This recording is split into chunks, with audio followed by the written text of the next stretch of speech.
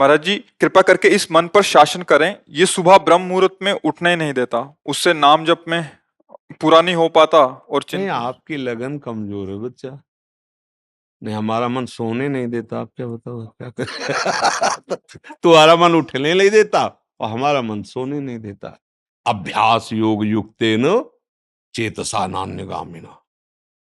जिसे शरीर बहुत क्लिष्ट रोग से युक्त है, तो जैसे डायलिसिस हुआ शाम तक, अब डायलिसिस के बाद जो हालत होती है वो ऐसी होती है जो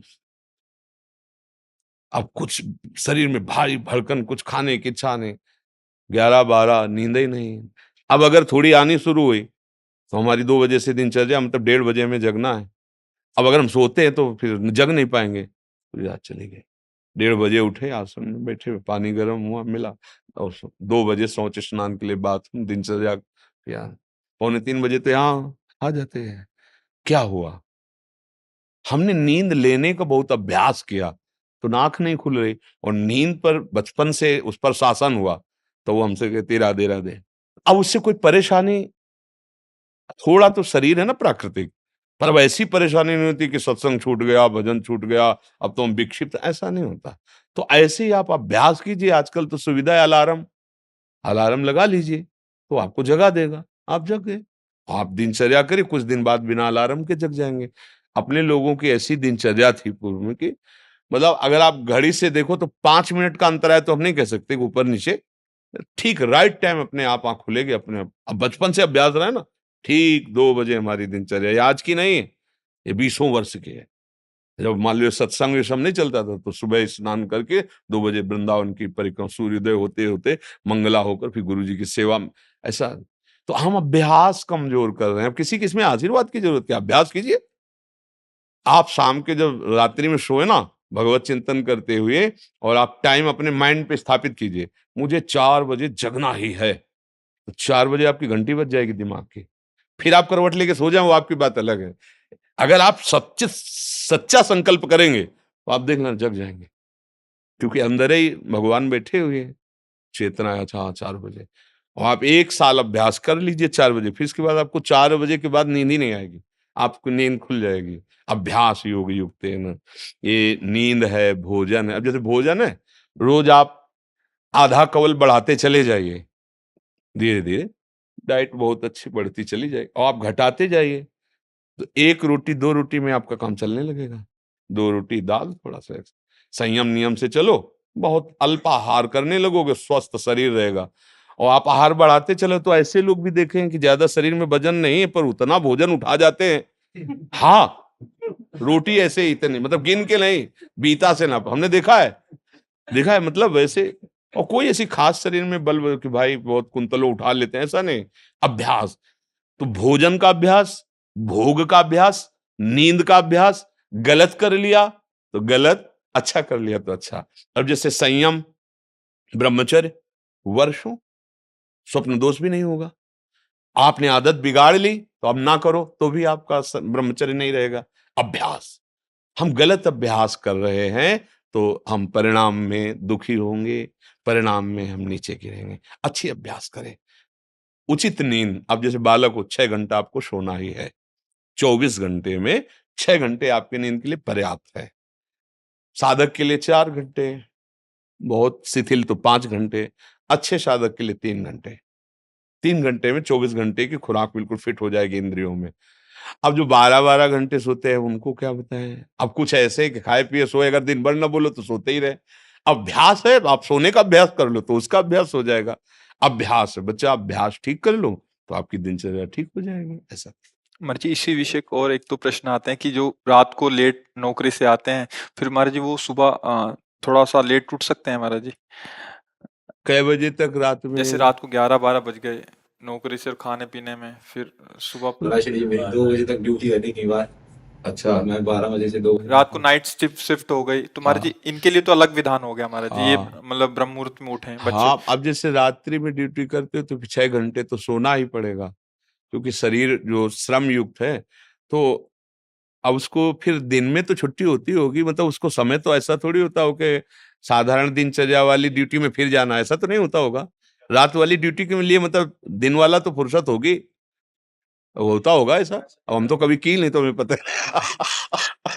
ना राइट नाइट और ना दिन की, रात दिन की ड्यूटी एक ही रही है, राधा वल्लभ सिंह हरिवंश सिंह वृंदावन सिंह वंचल हमारी। तो 6 घंटे सोने के लिए विधान जैसे है, तो अगर आपको पैसा कमाने की इच्छा हो तो उसके बाद भी ओवर टाइम कर सकते हैं, आप ड्यूटी कर सकते हैं ना। 2 बजे जगने के बाद आप सोचोगे यार 2 घंटे अगर और हम कर लेते हैं तो इतना मिल जाता है। तो अगर ऐसा ओवर टाइम भजन के लिए हो जाए तो लाभ मिल जाए। अब आप 6 घंटे सोने के निकाल लो। अगर आपको ऐसा लगता है 2 बजे आए, अपना जो, जो दिनचर्या सो गए, फिर जब जगो तब भजन, वो आपके लिए प्रातः काल वही हुआ जब उठ के भजन करें। जब वही जागे तभी समझ लो प्रातःकालीन। फिर आप वही दिनचर्या करो जो प्रातःकालीन दिनचर्या चाहिए।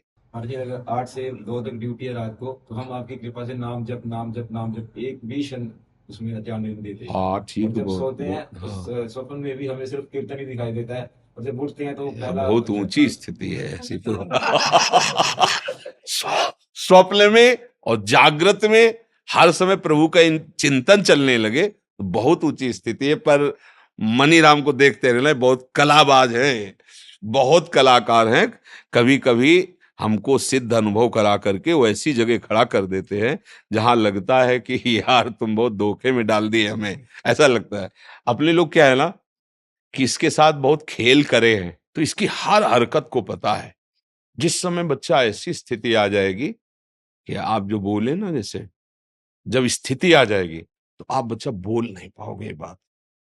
जैसे करोड़ रुपया तुम्हारी जेब में रखे हो, तो एक हाथ चुपचाप ऐसे रहेगा और कोई कहेगा क्या बात है, कुछ नहीं वो खुजला रहा था इसलिए ऐसे कर रहा। आप ये नहीं बता सकते कि 1 करोड़ यहाँ है। अगर नाम जब चलने लगा, ऐसी स्थिति आने लगी, तो इतना आप भयभीत हो जाएंगे बताने में, आप कह नहीं पाएंगे। और आपको ये अनुभव होगा कि जैसे भजन होना चाहिए हो नहीं रहा।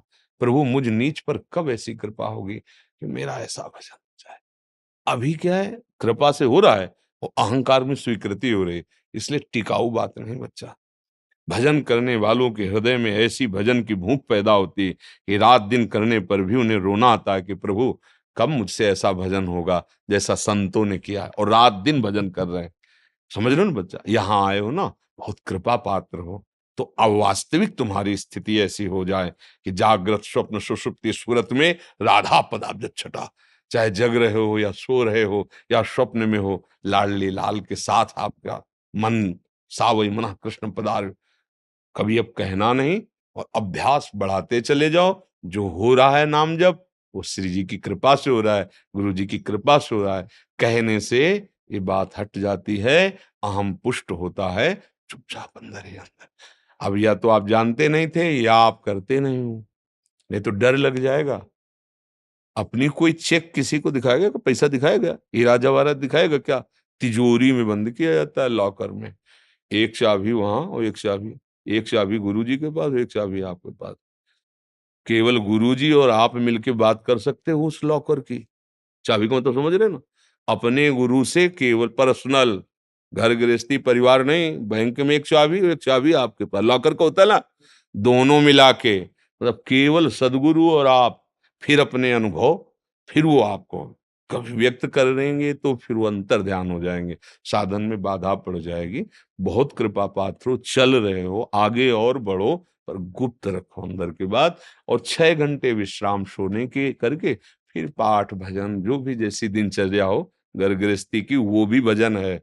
जैसे अपने लोग कभी कभी कड़वी बोल देते हैं ना, खिलाफत की बात। ये थोड़ा, एक आता है सुदर्शन चूर्ण, सुदर्शन चूर्ण है, बहुत कड़वा होता है, पर वो बुखार को जड़ से नष्ट करता है। तो अब सचिव वैद गुरु तीन जो, प्री बोले भयास, राज धर्म तन तीन कर होई बेगही नाश। अगर सदगुरु मुंह छुपरी बातें करने लगे तो बिगड़ जाएगा मामला। वैद्य अगर मरीज के अधीन हो गया तो कभी नहीं ठीक होगा। राजा को अगर मंत्री मुंह छुपरे मिल गए सलाह देने वाले, तो राज्य नष्ट हो जाता है। इसलिए जैसे अपने लोग हैं ना, तो आप हमारे मित्र हैं, आप हमारे बच्चे हैं, आप हमारी आत्मा हैं। जैसे भी भाव से, व्यवहारिक भाव से भी, परमार्थिक भाव से, आपको वास्तविक मार्ग मिल जाए, आप वास्तविक सुख में पहुंचे। इसलिए हो सकता है कि कभी आपके प्रतिकूल कठोर वचन, नाटक कर रहे हो, आप सच्चे चल रहे हो, आप सोचोगे मैं तो जप रहा हूँ, फिर महाराज जी डांट क्यों रहे हैं? नाटक। जो आपका अहम जाल बिछाना चाहता, खत्म कर, खत्म। अब वो सुरक्षित हो गया। जो था माल वो पूरा सुरक्षित हो गया, कोई नहीं लूट सकता। अब अगर आप प्रतिकूल सोच गए, मतलब यार बाबा से हमने प्रार्थना की, बाबा ने हमें दबका दिया। भजन तो करते ही हो कुछ, दूसरे को तो माला पहना देंगे, जो मैं भजन करता हूं, मुझको दबका दिया।